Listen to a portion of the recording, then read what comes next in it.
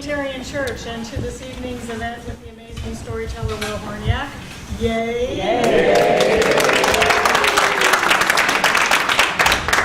Even though it is Friday the 13th, we are very lucky to have Will with us this evening. I'm Mary Geer. I'm one of the ministers here at the church, and we are so happy to sponsor Will's event here. Stories are one of the ways that we learn about ourselves and about each other and how we make meaning from our experiences in the world. And it's really our pleasure to support Will in the ministry that he does in the world. In addition to tonight's event, Will be offering a workshop tomorrow called Telling the World's Oldest Stories, The Archetypes of the Soul. The workshop will be from 9 until 4 here at the church, and the cost is $30. So if you're interested in that, I have more information and registration forms. Amazingly, there's still a few slots left. So please come and see me during the intermission or after the storytelling this evening. So thank you again so much for being here, and join me in welcoming Will Horniak.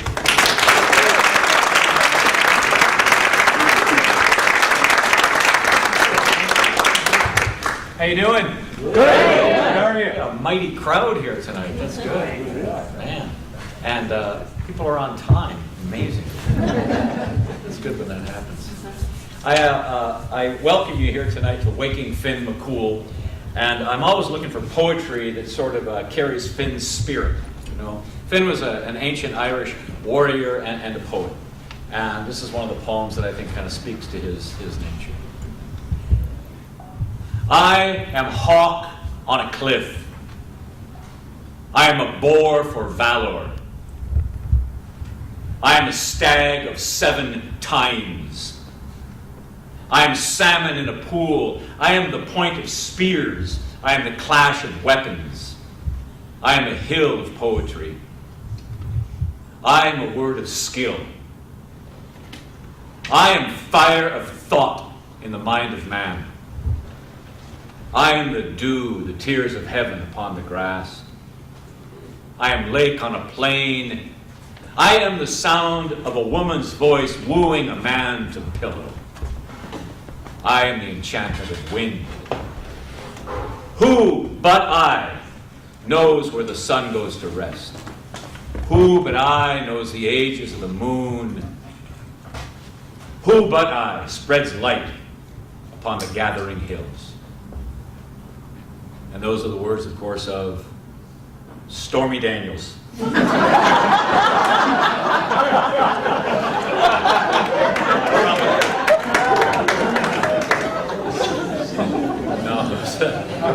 Those are the words of Amergin, an ancient Irish poet.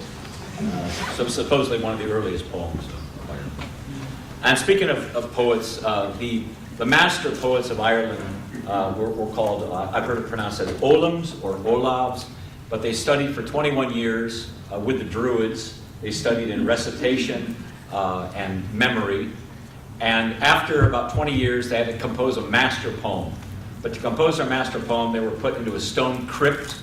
It was filled with water up to their nose. A lid was put on top of that, and within 24 hours, they had to compose their master poem.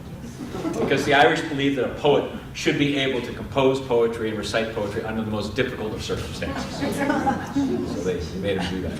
And the training of storytellers that were known as Shonachis was also rigorous. A Shonachie had to know 158 historical tales perfectly, and to be able to recite them immediately at the behest of king or queen. And as well as being tellers of tales and poems, the Olams and the Shonachis were repositories of information. They memorized lots of genealogies, local laws, and customs. So they were sort of like the living resource or reference libraries of their people. And this evening is an example of the traditional storyteller's craft, as well as irrefutable evidence of just how far that level of mastery has fallen. Sad, but oh, so true. But even though I'm a shadow of my forebears, I try to at least stay close to the protocol used in ancient oral Irish recitation. And that was always begun with the imbibing of fermented or distilled beverages. Sláinte. Sláinte. There. And that was followed by the speaking of a poem, and then that was followed by the singing of a song, and that was followed by the telling of a tale, and that was followed by the singing of a sad farewell song, and that was followed by more imbibing of fermented and distilled beverages, and that was followed by fighting, feats of strength, and negotiation of refunds. It's always the liveliest part of the evening. So I want you to sing this song with me. Many of you know the old saying that it's the people that win the battles and win the wars that write the history, and then the losers write the poetry. I don't know, Clem. I believe that. We have two of Oregon's great poets here, Gino Leach and Clem Stark. So, but anyway, as a result, there's a lot of Irish poets, you know, because they lost a lot of battles. And but this is a poem that came from a battle in 1798, and the poem was later turned into a song, which has become sort of the unofficial Irish national anthem. Right? And I want you to sing along with me, which means just sing with volume and enthusiasm. Okay, you don't have to be on key or anything. And you may know the song. There's one word in it that's Gaelic, and that word is buchel. And buchel is simply a term of endearment. It means my dear one, or sometimes my little one, my child. And it goes like so. Come tell me, Sean O'Farrell, tell me why you hurry so. Oh, I'm sorry, I wanted to tell you first how the song came to be. In 1798, there was a great battle called the Battle of Wexford. And Wexford is south of Dublin, about 100 miles. And at the battle, the Irish were fighting. Who do you think they were fighting? English. Imagine that. You know? And the English, of course, showed up with the most sophisticated musketry and the best technology of the day. And the Irish farmers, called the croppies, they showed up with 15-foot-long pikes, spears, basically. But they knew how to handle these things, and they were good with strategy.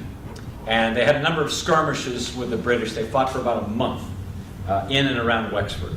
And the Irish devised all these ways, like they would stampede their cattle into the British lines, they would dig pits, and they would trap the British, and they would fall in there, and then they would fight them with these long pikes, you know.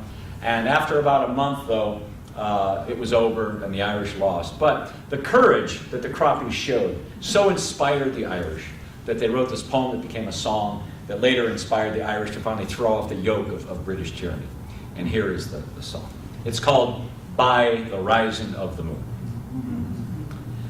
Come tell me, Sean O'Farrell, tell me why you hurry so. Hush me, buchel, hush and listen, and his cheeks were all aglow. I bear orders from the captain, make you ready quick and soon, for the pikes must be together by the rising of the moon. By the rising of the moon, by the rising of the moon, for the pikes must be together by the rising of the moon. Well then tell me, Sean O'Farrell, where the gathering is to be. At the old spot by the river, right well known to you and me. One more word for signal token, whistle up a marching tune, with your pike upon your shoulder, by the rising of the moon. By the rising of the moon, by the rising of the moon, with a pike upon your shoulder, by the rising of the moon. Out of many a mud-walled cabin, eyes were watching through the night. Many a manly heart was beating for the coming morning light. Murmurs ran along the valley like a banshee's lonely croon, and 1,000 pikes were flashing by the rising of the moon. By the rising of the moon, by the rising of the moon, and 1,000 pikes were flashing by the rising of the moon. All along that singing river, that dark mass of men was seen. High above their shining weapons hung their own beloved green. Deaf to every foe and traitor, forward strike a marching tune, and hurrah me boys for freedom. 'Tis the rising of the moon, 'tis the rising of the moon, 'tis the rising of the moon, and hurrah me boys for freedom. 'Tis the rising of the moon, 'tis the rising of the moon, 'tis the rising of the moon, and hurrah boys for freedom. 'Tis the rising of the moon. What a wonderful. Give yourselves a